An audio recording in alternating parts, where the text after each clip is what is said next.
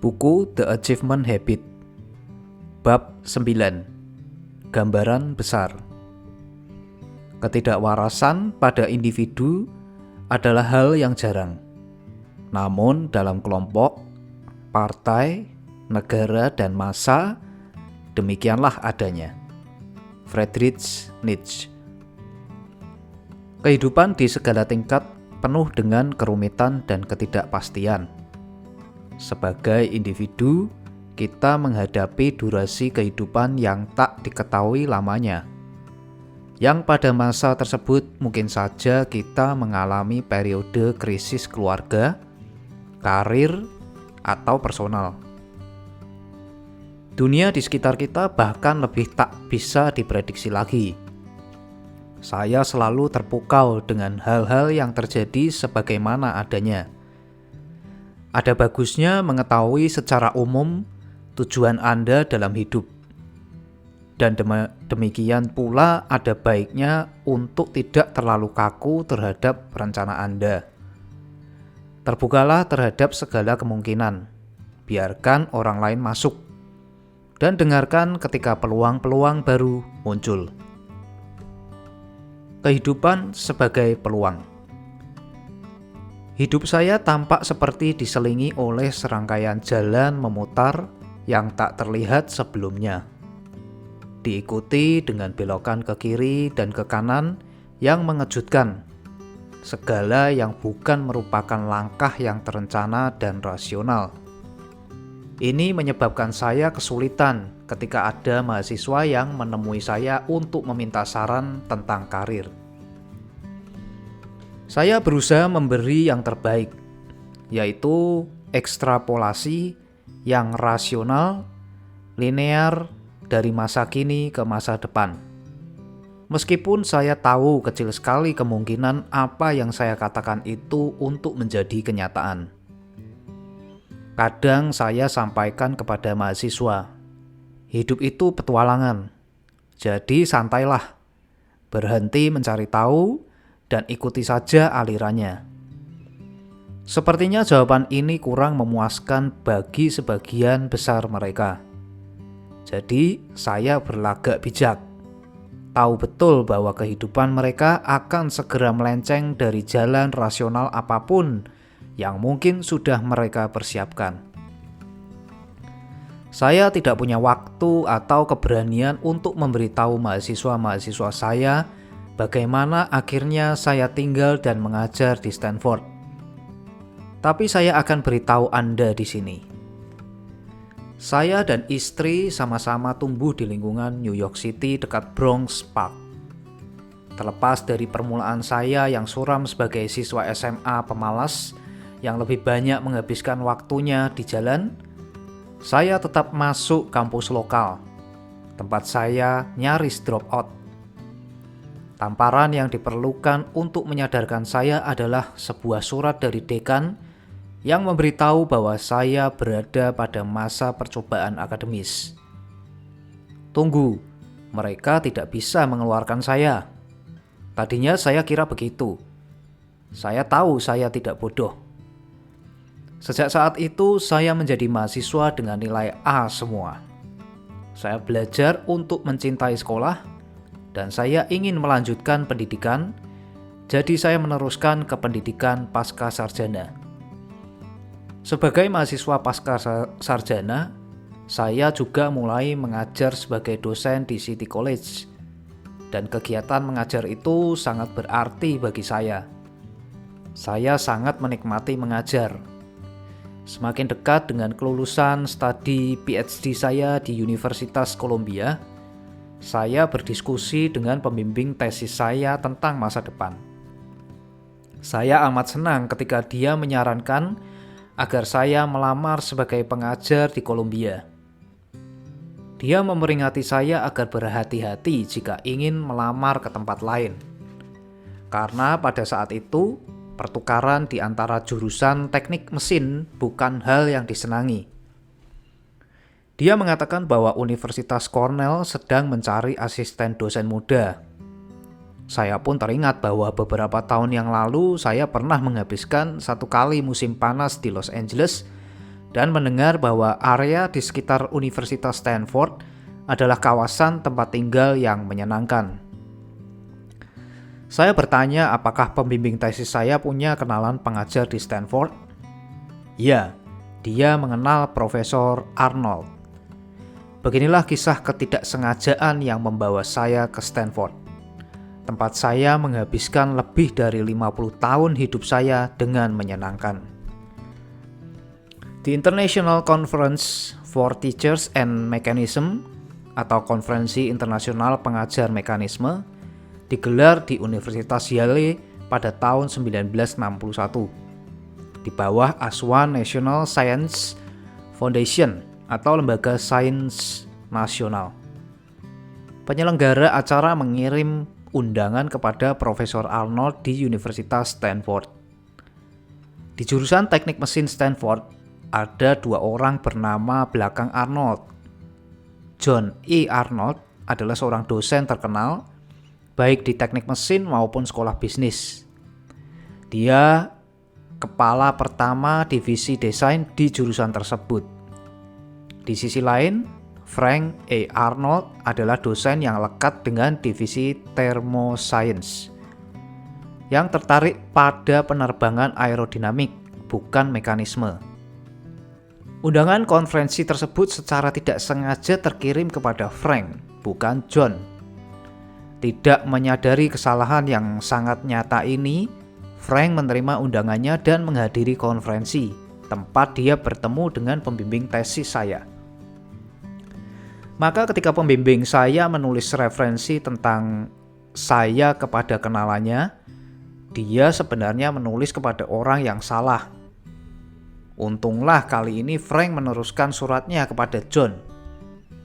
Pembimbing saya memiliki reputasi besar, dan berdasarkan hal tersebut, John Arnold mengundang saya ke Stanford untuk wawancara. Sementara itu, saya sudah menerima surat penawaran dari Universitas Columbia.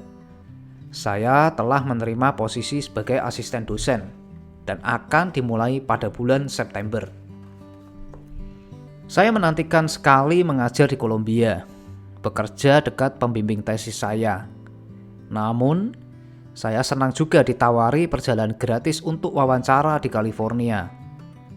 Pada akhir Juli, saya dan istri menyewa pengasuh untuk mengawasi 2 putra kami yang masih kecil dan adik perempuan saya yang berusia 12 tahun yang tinggal dengan kami, lalu kami berangkat menuju California naik kereta api. Di Stanford, saya merasa sangat terkesan dengan John Arnold. Saya jadi tahu bahwa dia adalah dosen populer di MIT dan baru bergabung dengan Stanford selama beberapa tahun. Divisi desain yang diciptakannya terdiri atas 3 anggota pengajar muda yang baru mengawali karir. Dan suasananya amat berbeda dari yang biasa saya temui di Columbia. John memiliki penyimpangan yang khusus dalam pembelajaran dan teknik karena dipengaruhi oleh studi filosofi yang pernah diambilnya sebelum masuk ke teknik. Dari semua itu, saya terutama melihat binar di matanya yang membuat saya merasa bahwa bekerja dengannya akan sangat menarik. Saya pun menjadi senang ketika setelah wawancara selama setengah hari dan pertemuan pada waktu makan siang, kepala jurusan mengatakan kepada saya bahwa mereka akan merekomendasikan saya untuk pengangkatan sebagai asisten dosen selama 3 tahun. Malam itu juga kami mulai menimbang-nimbang. Istri saya sangat tertarik dengan lingkungannya, serta John Arnold dan pekerjaan yang ditawarkan tampak sangat menarik. Meski begitu, saya sangat menyukai New York, pembimbing tesis saya, dan Columbia. Lagi pula, Universitas Columbia akan memulai periode musim gugurnya dalam sebulan. Dan saya sudah menerima tawarannya. Apa yang harus dilakukan? Jika saya memang pindah ke Stanford, saya akan tiba dalam waktu sebulan bersama keluarga tanpa tempat tinggal. Saya menyerahkan deposit untuk menyewa sebuah rumah, dengan kepastian bahwa saya akan kehilangan deposit tersebut dan berakhir dengan tetap tinggal di New York. Saya dan istri merasa pelik mempertimbangkan semua ini selama perjalanan panjang melintasi negeri dengan kereta untuk kembali ke New York. Ketika saya tiba kembali di Kolombia, pembimbing tesis saya bertanya apa yang terjadi, dan saya sampaikan bahwa saya ditawari pekerjaan. Tanpa ragu, dia langsung memberitahu saya bahwa dia sudah menduga hal tersebut dengan rekan-rekannya, dan mereka sudah mendengar bahwa Stanford sedang merekrut pengajar dengan jumlah besar. Mereka yakin Stanford sedang menuju ke sebuah era baru, dan rasanya akan baik bagi saya untuk menerima penawaran tersebut. Lebih lanjut, saya tidak perlu khawatir mengenai pembatalan di menit akhir kepada Kolombia. Dalam sekejap, masalah dengan Kolombia terselesaikan. Satu-satunya tugas yang tersisa adalah memberitahu keluarga bahwa kami akan pindah sejauh 4.800 km dengan membawa anak-anak. Dan ya, adik perempuan saya yang berusia 12 tahun ketakutan akan bayangan harus meninggalkan teman-temannya. Saya memilih karir yang panjang dan memuaskan di Stanford, dan membutuhkan sejumlah besar kejadian yang tak terduga untuk membawa saya sampai di sana. Hidup saya diselingi berbagai peristiwa yang mungkin tak akan terjadi tanpa serangkaian peristiwa yang tak direncanakan dan tak terduga. Kebanyakan orang yang saya kenal juga melalui jalur kehidupan non-linear yang serupa. Bagaimana dengan Anda? Apakah Anda sudah melalui perkembangan tak terduga yang cukup banyak untuk mempercayai teori bahwa hidup adalah peluang? Jika iya, belajarlah untuk menikmati perjalanannya. Dan jangan sia-siakan perjalanan Anda berkereta melintasi negeri dengan mencemaskan keputusan Anda. Kesempatan. Sebagian orang hampir tidak perlu repot-repot memutuskan. Bagi mereka kehidupan tampak seperti mengalir, dan ketika transisi besar terjadi, mereka tahu itu adalah hal yang besar hanya setelah semuanya terjadi. Saya adalah salah satu orang yang seperti itu.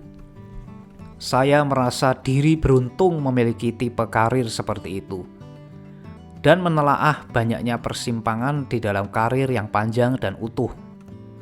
Saya kini jadi paham bahwa seandainya saya tidak merespons beberapa kesempatan yang ada, hidup saya mungkin akan berbeda. Saya tidak akan pernah tahu, tentu akan jadi seperti apa. Tetap saja saya tidak menyesal. Ada orang dengan dua tipe ekstrim di dunia. Mereka yang mengatakan ya kepada setiap kesempatan, dan mereka yang mengatakan tidak. Saya menempatkan diri di antara keduanya. Saya menyadari pentingnya memikirkan dengan seksama reaksi saya terhadap berbagai kesempatan. Tidak ada cara untuk mengetahui di awal kemana hal tersebut akan membawa kita. Sebagian kesempatan tidak akan membawa kita kemanapun, dan sebagian lagi membawa kita kepada bencana. Namun ketika kesempatan muncul, kita tidak bisa melakukan yang lain kecuali meresponnya. Atau mengabaikan kesempatan juga merupakan sebentuk respons. Beberapa kesempatan yang mengubah hidup datang kepada saya dalam bentuk panggilan telepon tiba-tiba. Panggilan pertama muncul pada tahun kedua saya di Stanford.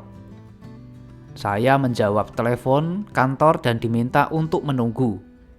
Dr. Terman ingin bicara. Tentu saja saya kenal namanya.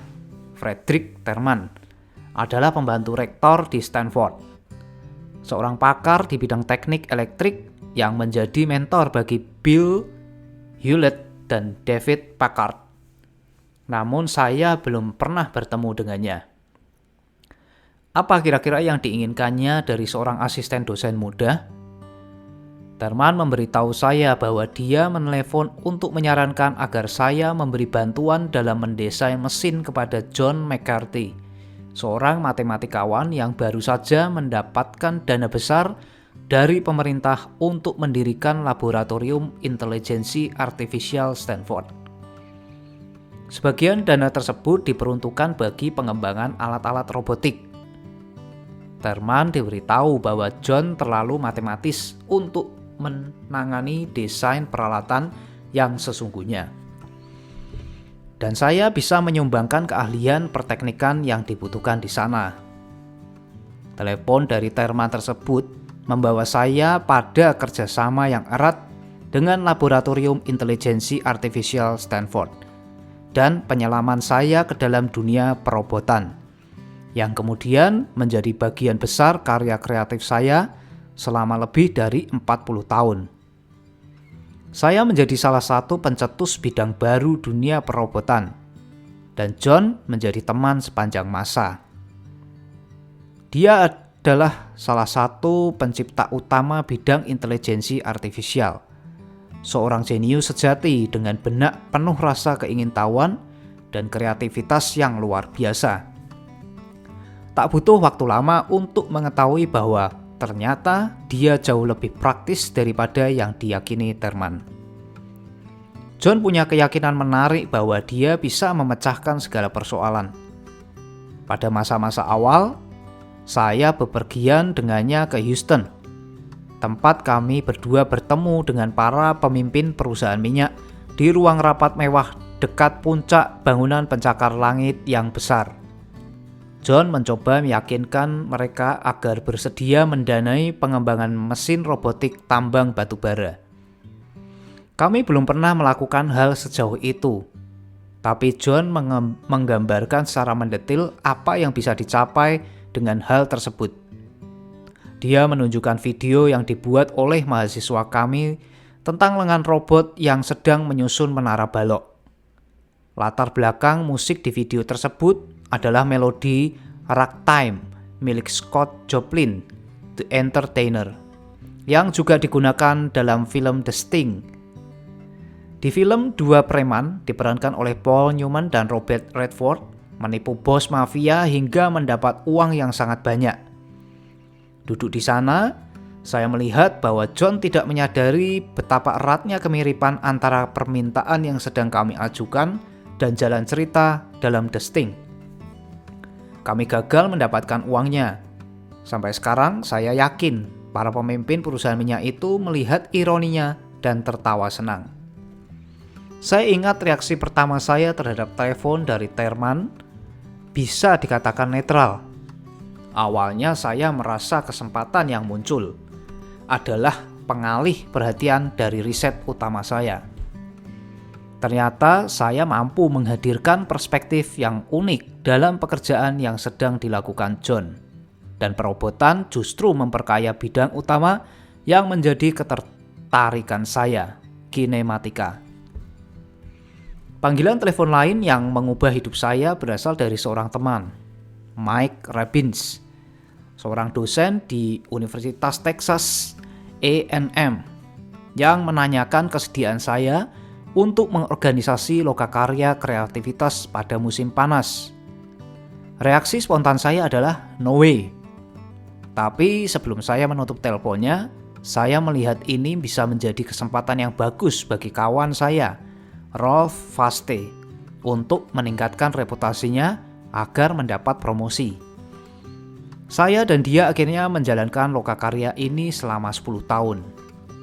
Kesempatan yang saya terima dengan rasa enggan, dengan alasan yang tak pernah jadi nyata. Rolf tak pernah melamar untuk kenaikan jabatan, justru menimbulkan dampak yang besar bagi saya. Mengajar metodologi dan pembelajaran berdasarkan pengalaman menjadi bagian yang penting dalam hidup saya. Dan saya jadi punya landasan baru untuk berinteraksi dengan kolega di penjuru dunia. Dua perubahan besar di dalam karir saya ini berawal dari panggilan telepon yang tidak saya duga. Saya langsung menerima perubahan yang ditawarkan melalui telepon. Menelisik kembali ke belakang, saya tidak tahu seberapa besar perubahan yang akan terjadi. Semuanya bermula seperti hal-hal lain yang terjadi setiap harinya. Tidak ada pengambilan keputusan yang membingungkan. Tidak ada rencana jangka panjang. Semuanya hanya hal biasa yang mengalir dalam hidup saya. Saya tidak mencari-cari perubahan dan mungkin tetap menjalani kehidupan yang kaya dan memuaskan tanpa kedua perubahan tersebut. Bersyukurlah saya bahwa kedua hal itu lebih dari memuaskan. Mengingat dan memikirkan kembali, saya sadar bahwa saya bisa saja menolak keduanya dan kehilangan dua perkembangan besar dalam kehidupan profesional saya. Kehidupan penuh dengan momen dan kesempatan. Mustahil untuk mengetahui sejak awal kemana arahnya dan kesempatan mana yang harus diambil. Saya merasa sangat beruntung karena telah menerima semua kesempatan tersebut. Berkah pekerjaan. Sudah banyak tulisan tentang otomatisasi dan penggantian pekerja manusia dengan mesin. Biasanya ada dua pembenaran utama untuk memekanisasi pekerjaan yang tadinya dilakukan oleh manusia. Pertama, jenis pekerjaannya membosankan dan berbahaya, sehingga lebih baik dikerjakan dengan mesin untuk kebaikan pekerja itu sendiri. Kedua, pekerjaannya mahal dan tidak bisa dipercaya, sementara mesin bisa menghemat uang sekaligus mempertahankan atau meningkatkan kualitas. Gagasan ini pada dasarnya berasal dari konteks pekerjaan buruh pabrik. Mereka jarang sekali membicarakan revolusi komputer dan perubahan besar yang telah terjadi di berbagai bidang pekerjaan, menggantikan sejumlah besar pekerja teknik yang sangat terampil dan terpelajar dengan mesin. Tren semakin berkembangnya otomatisasi ini menimbulkan pertanyaan tentang apa makna pekerjaan bagi kita. Situasi saat ini bisa dikatakan sudah diantisipasi oleh para penulis, bahwa sejak masa-masa awal revolusi industri, salah satu buku yang paling tepat prediksinya dalam genre ini adalah yang ditulis oleh Kurt Vonnegut, tepat setelah Perang Dunia II.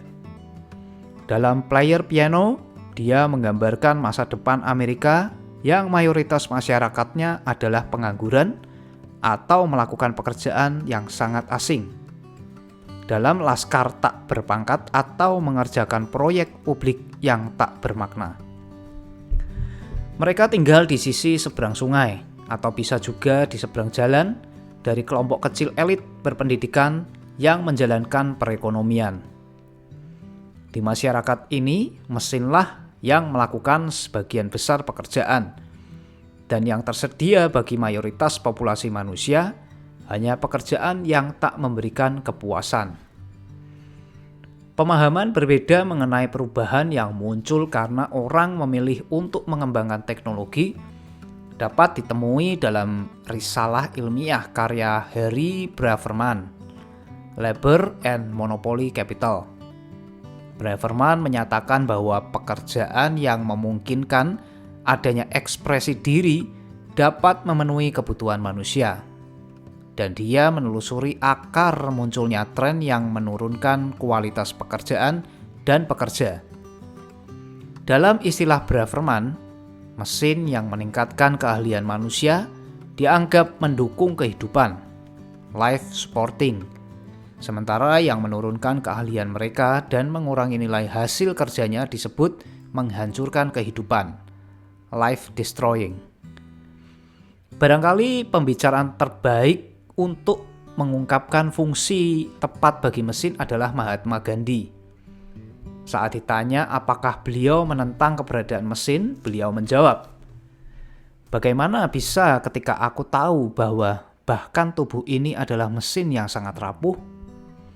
Roda yang berputar adalah mesin, tusuk gigi yang kecil adalah mesin. Yang aku tentang adalah kegilaan terhadap mesin, bukan mesinnya itu sendiri. Kegilaan adalah apa yang mereka sebut mesin penghemat pekerjaan. Mereka menghemat pekerjaan hingga ribuan orang menganggur dan dilempar ke jalan untuk dibiarkan mati kelaparan. Aku ingin menghemat waktu dan pekerjaan, bukan untuk sebagian manusia, tapi seluruhnya. Aku ingin pemusatan kekayaan, bukan di tangan sebagian, tapi di tangan keseluruhannya. Mesin-mesin sekarang ini hanya membantu sedikit orang menunggangi punggung jutaan orang. Permasalahan yang dikemukakan oleh Braverman dan Gandhi ditegaskan secara fasih oleh E.F. Schumacher yang memandang pekerjaan dari sisi seorang Buddhis. Dalam esai klasiknya Buddhist Economic, Schumacher mengatakan bahwa pekerjaan berfungsi untuk memenuhi kebutuhan dasar kita berhubungan dengan orang lain. Nyatanya, pekerjaan memenuhi beberapa kebutuhan dasar kita. 1. Memberi kesempatan bagi manusia untuk memanfaatkan dan mengembangkan kemampuannya. 2. Memungkinkan orang untuk mengendalikan keegoisannya dengan bekerja sama dalam pekerjaan yang umum. 3. Mengedepankan kebaikan dan pelayanan sebagai bentuk eksistensi. Dengan pemikiran ini, Schumacher menekankan bahwa pekerjaan adalah fungsi dasar manusia yang lebih penting daripada makna ekonomis yang disandingkan dengannya. Mengatur pekerjaan dengan cara sedemikian rupa hingga menjadikannya tak berarti, menjemukan, melemahkan, atau membuat stres si pekerja adalah sebuah bentuk kejahatan. Hal itu mengindikasikan kepedulian yang lebih besar terhadap barang daripada terhadap manusia. Iblis tak berperi kemanusiaan dan tingkat kasih sayang yang menghancurkan jiwa hingga sisi paling primitif dari eksistensi keduniawian ini. Sama halnya dengan menuntut kesenggangan sebagai pengganti pekerjaan adalah kesalahpahaman yang besar tentang salah satu kebenaran sejati dari eksistensi manusia, yaitu bahwa pekerjaan dan kesenggangan adalah dua hal yang saling melengkapi dalam proses kehidupan yang sama dan tak bisa dipisahkan tanpa menghancurkan kesenangan saat bekerja dan keriangan saat senggang. Katakanlah saya terinspirasi oleh kemanusiaan dan keindahan dalam deskripsi Schumacher tentang konsep Buddhis yang disebut hak mencari nafkah. Maka kemana hal tersebut membawa saya dalam kondisi masyarakat saya sekarang ini? Jawabannya bagi saya datang dari tempat yang asing. Saya menemukannya dalam buku Lawrence Wessler, Seeing is Forgetting the Name of the Thing One Sees. Sebuah penelaahan tentang kehidupan dan karya seniman kontemporer Robert Irwin. Hal yang tidak biasa dan penuh inspirasi dari Irwin adalah eksperimen yang dilakukannya saat menjelajah batasan bagi karyanya. Bagi saya, perjalanan Irwin adalah model bagi siapapun yang sedang menjalani tahap kehidupan apapun. Kendalikan hidup dan pekerjaan Anda. Demikian pesannya bagi kita. Bukannya mengikuti jalan yang umum di dalam karirnya, Irwin justru mengikuti keingintahuannya dan menciptakan jalan yang unik bagi penjelajahan dan keajaiban yang menghasilkan kekuatan untuk hidup berdasarkan ekspresi diri. Setidaknya ada dua hal yang terjadi kepada sebagian besar mahasiswa yang membaca biografi Irwin. Pertama, dan yang paling utama, mereka sadar bahwa mereka tidak perlu selalu mengikuti batasan dalam profesi mereka sebagaimana yang diajarkan di sekolah atau yang dilakukan oleh teman-temannya. Kedua, mereka belajar tentang persepsi, yang bagi kebanyakan mereka adalah cara baru yang bermanfaat untuk memandang dunia. Sebagaimana judul bukunya, memahami adalah melupakan nama hal yang dilihat. Bahkan mereka yang tetap mengikuti sistem bisa mengambil pilihan bermakna yang sejalan dengan prinsipnya dan membuat mereka menonjol dari rekan seprofesinya. Sebagian orang, misalnya termasuk saya, tidak melakukan pekerjaan militer sebagai sebuah prinsip. Sebagian lagi memilih untuk melakukan proyek perbaikan sosial.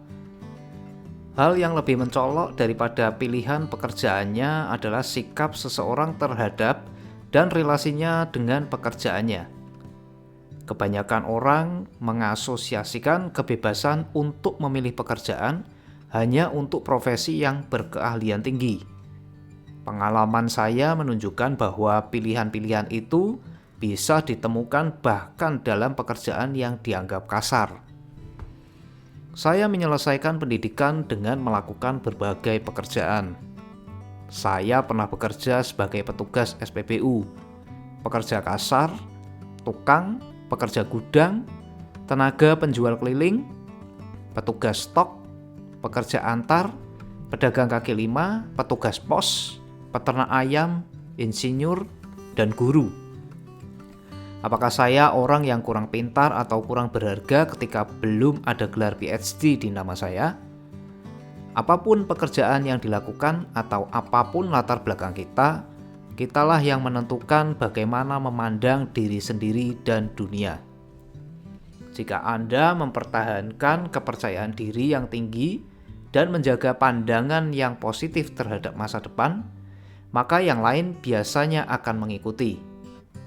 Dengan memilih makna untuk diberikan kepada orang dan segala hal di sekitar kita, pada akhirnya kitalah yang mengendalikan kehidupan kita sendiri, apapun pekerjaan yang dilakukan. Memenuhi harapan orang lain.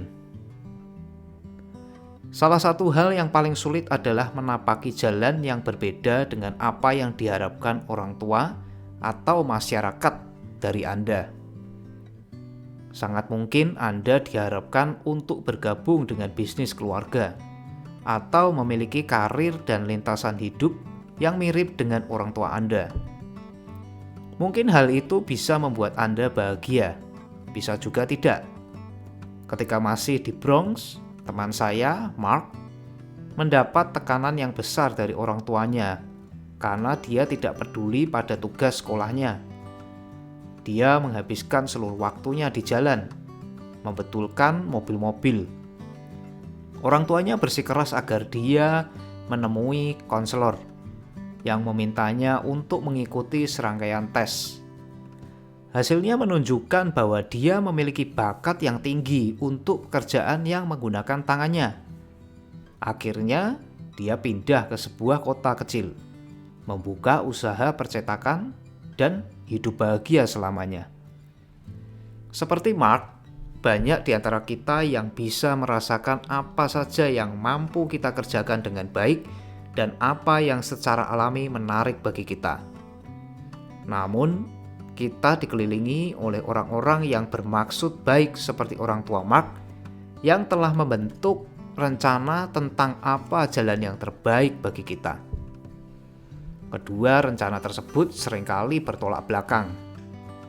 Ketika istri saya, Ruth, masih bersekolah, orang tuanya bersikeras agar dia mengambil pendidikan yang bisa dijual, seperti keahlian sekretaris atau mengajar, daripada melakukan pekerjaan artistik dan pemecahan masalah secara kreatif yang dengan mudah dikuasainya.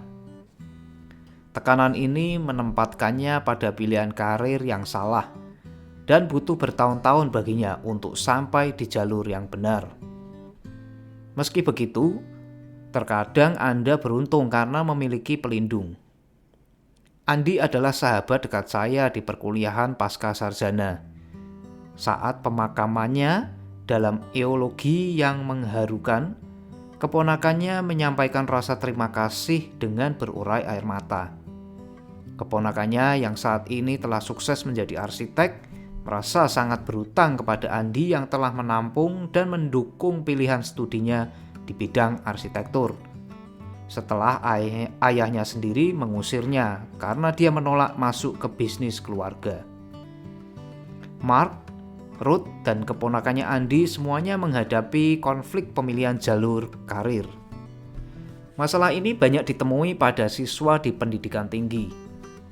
bahkan tanpa paksaan dari pihak luar, bukan hal yang aneh bagi seseorang untuk mengubah haluan di tengah jalan. Sebagian orang melakukan itu beberapa kali. Sebagian lagi menghabiskan waktu bekerja mereka untuk berburu karir yang tepat. Dan sebagian lagi sepenuhnya drop out. Ketika berbincang dengan para mahasiswa, saya sering katakan kepada mereka bahwa kebanyakan orang, bahkan yang sukses sekalipun, tidak tahu apa yang hendak dikerjakannya saat sudah besar. Ini semua bagian dari petualangan hidup, dan cara yang paling baik adalah menikmati perjalanannya. Batasan di jalur karir kita cenderung bersifat memaksakan diri.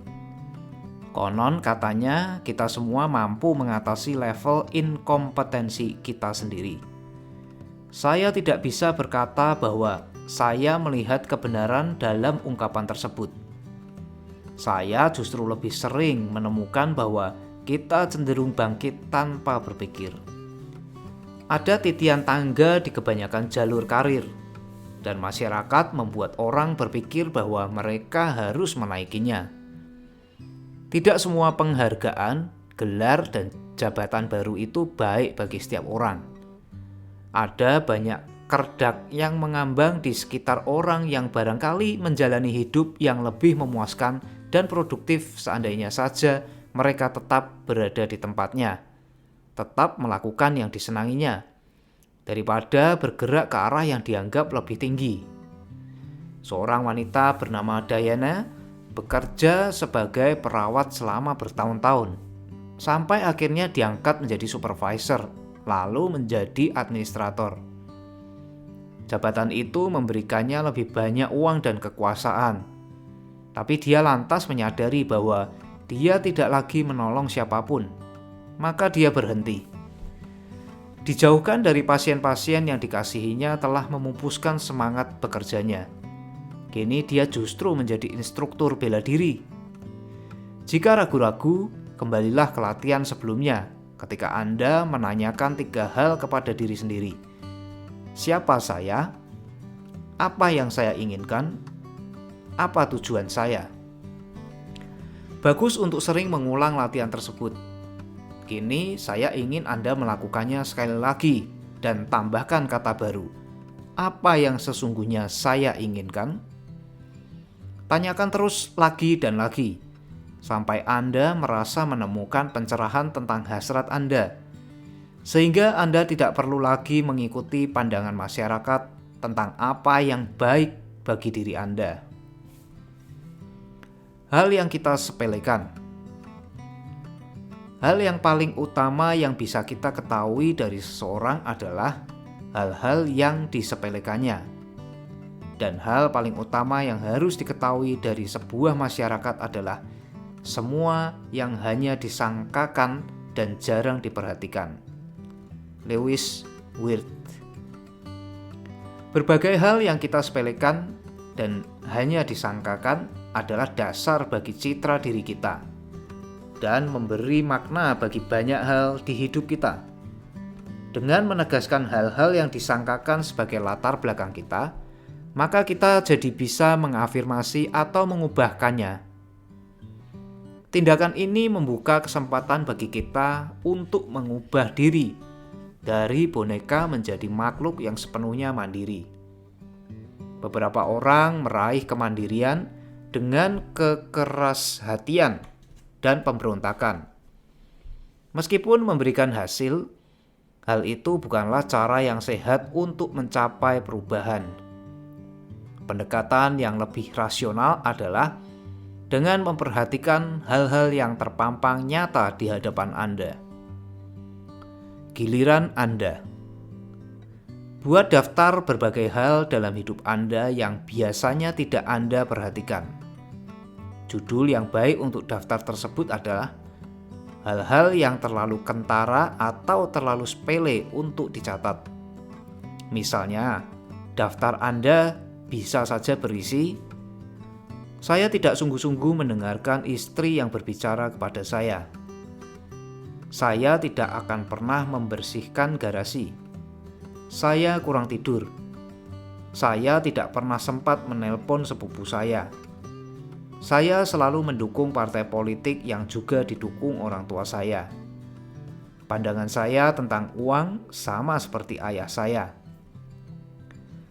Pada hari-hari berikutnya, perhatikan seberapa dekat perilaku Anda dengan hal-hal yang ada di dalam daftar. Jika merasa bahagia dengan semua hal tersebut, maka lanjutkan saja hidup Anda. Jika ada yang ingin Anda ubah, coret hal tersebut dari daftar, baik secara aktual maupun metafora. Salah satu yang paling saya senangi tentang menyatakan masalah dengan model sudut pandang, lihat bab 3, adalah pernyataan POV. Cenderung mengungkapkan prasangka yang tak tampak dan menegaskan tujuan yang diinginkan. Sebelumnya, banyak orang yang bertindak berdasarkan prasangka yang tak terucap dan tak diperhatikan. Kini dengan POV, semakin banyak asumsi yang ditegaskan secara terbuka. Sayangnya, masih terlalu banyak asumsi yang luput dari perhatian dan mungkin membiaskan solusinya. Peran berbagai asumsi yang tidak dipertanyakan bisa dipahami jika menengok kembali norma-norma sosial politik pada zaman dulu, seperti kekuasaan kerajaan yang absolut, partisipasi politik hanya bagi pria, warisan yang hanya bagi anak laki-laki tertua, perhambaan, perbudakan, pelarangan bercerai, hanya pria yang boleh mengajukan gugatan cerai, hanya tuan tanah yang boleh memberi suara, perbudakan anak, kolonisasi, dan tanggung jawab kulit putih. Untuk waktu yang lama, setiap hal yang disebutkan ini dianggap sebagai bagian intrinsik dari suatu budaya dan dijalankan terus tanpa dipedulikan dan digugat, hingga keberadaannya ditonjolkan dan keabsahannya dipertanyakan.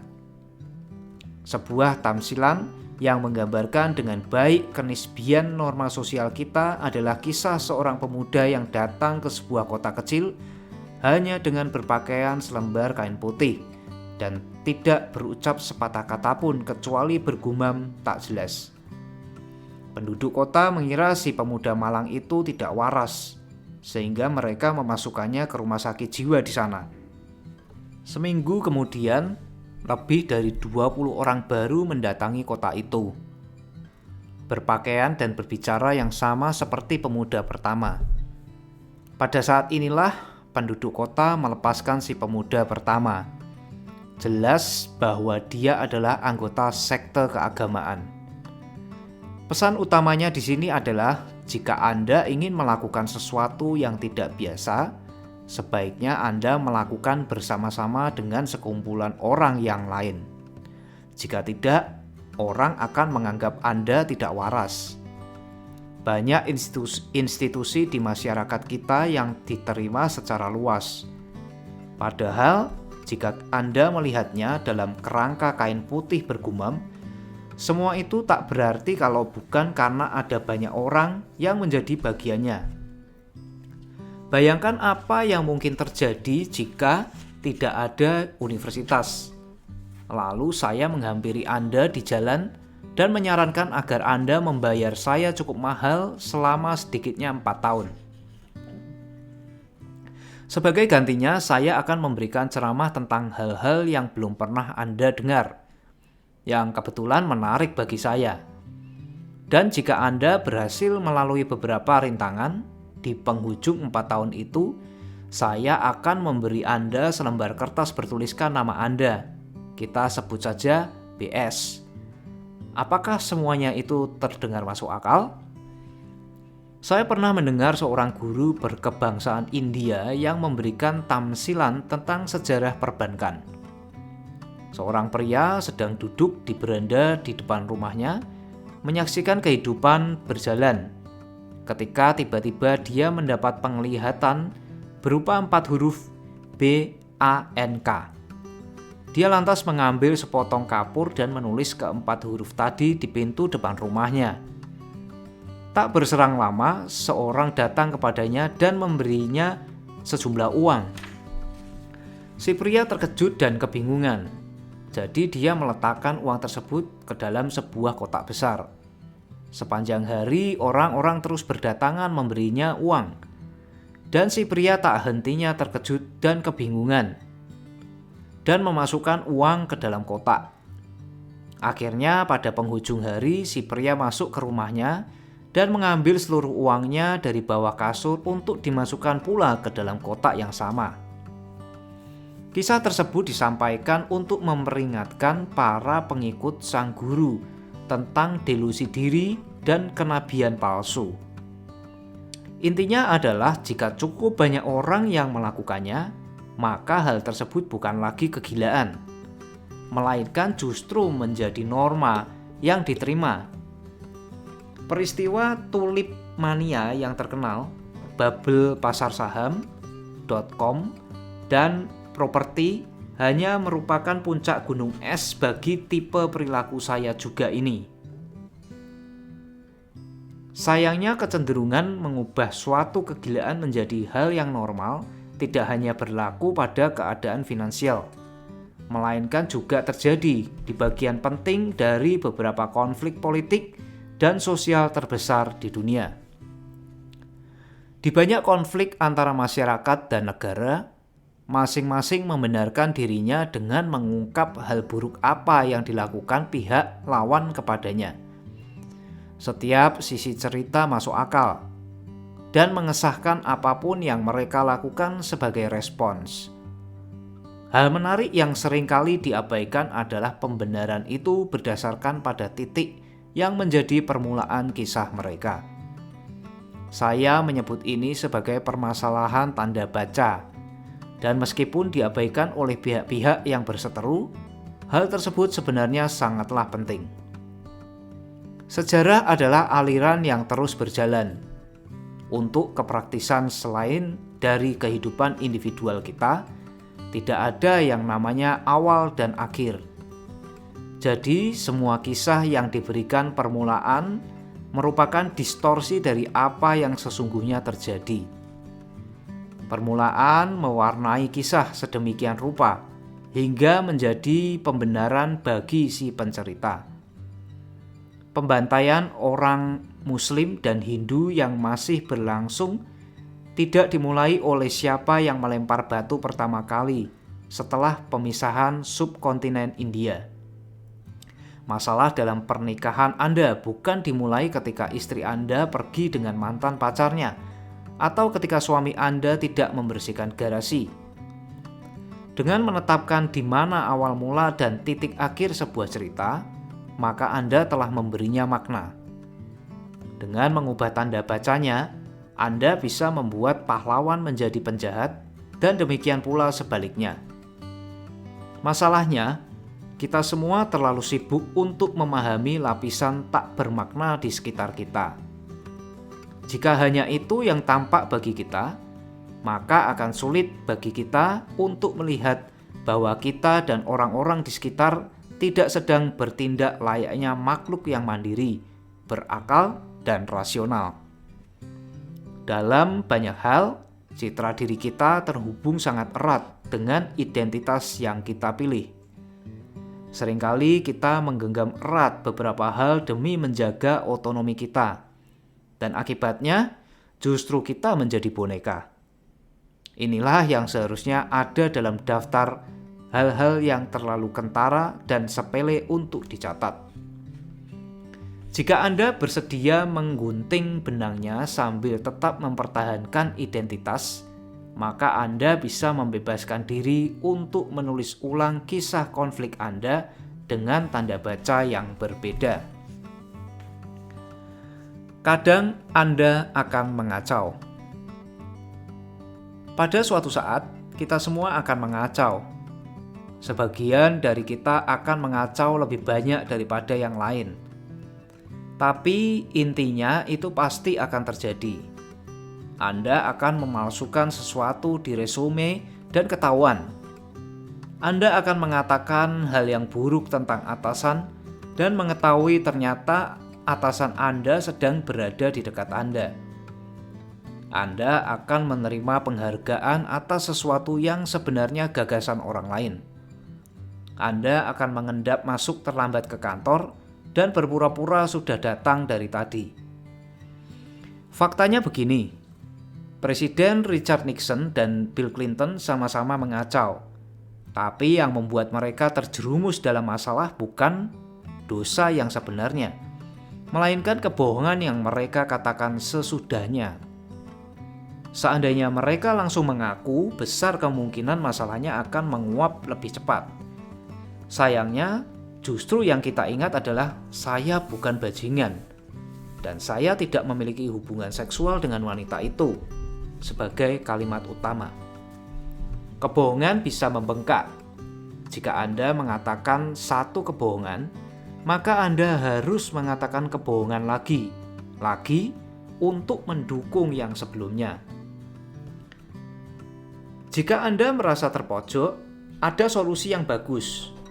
Katakanlah yang sejujurnya. Rasanya memang tidak enak dan mungkin Anda akan mendapat masalah. Tapi hampir selalu pasti masalahnya tidak akan jadi lebih besar dibanding jika Anda mengelak dan berbohong lagi. Ketika Anda terlihat berada di dalam toples kue, jangan mengelak, mengakulah. Kadang kita terlalu berfokus pada hal-hal detail yang tidak penting dalam hidup kita, sehingga kita lupa untuk berhenti dan melihat kemungkinan lebih besar yang tersedia bagi kita. Jika Anda selama ini mengikuti jalan yang konservatif, kenapa tidak ambil kesempatan dan berbelok sebentar dari sana? Ubah lingkungan Anda, ikuti rencana gila teman Anda, bergabunglah dalam perjalanan antar negara, pelajari masyarakat yang berbeda dengan sekitar Anda, dan cari tahu mana yang lebih cocok bagi Anda. Ingat bahwa gambaran besar yang sesungguhnya adalah Anda tidak akan membawa apapun saat meninggal.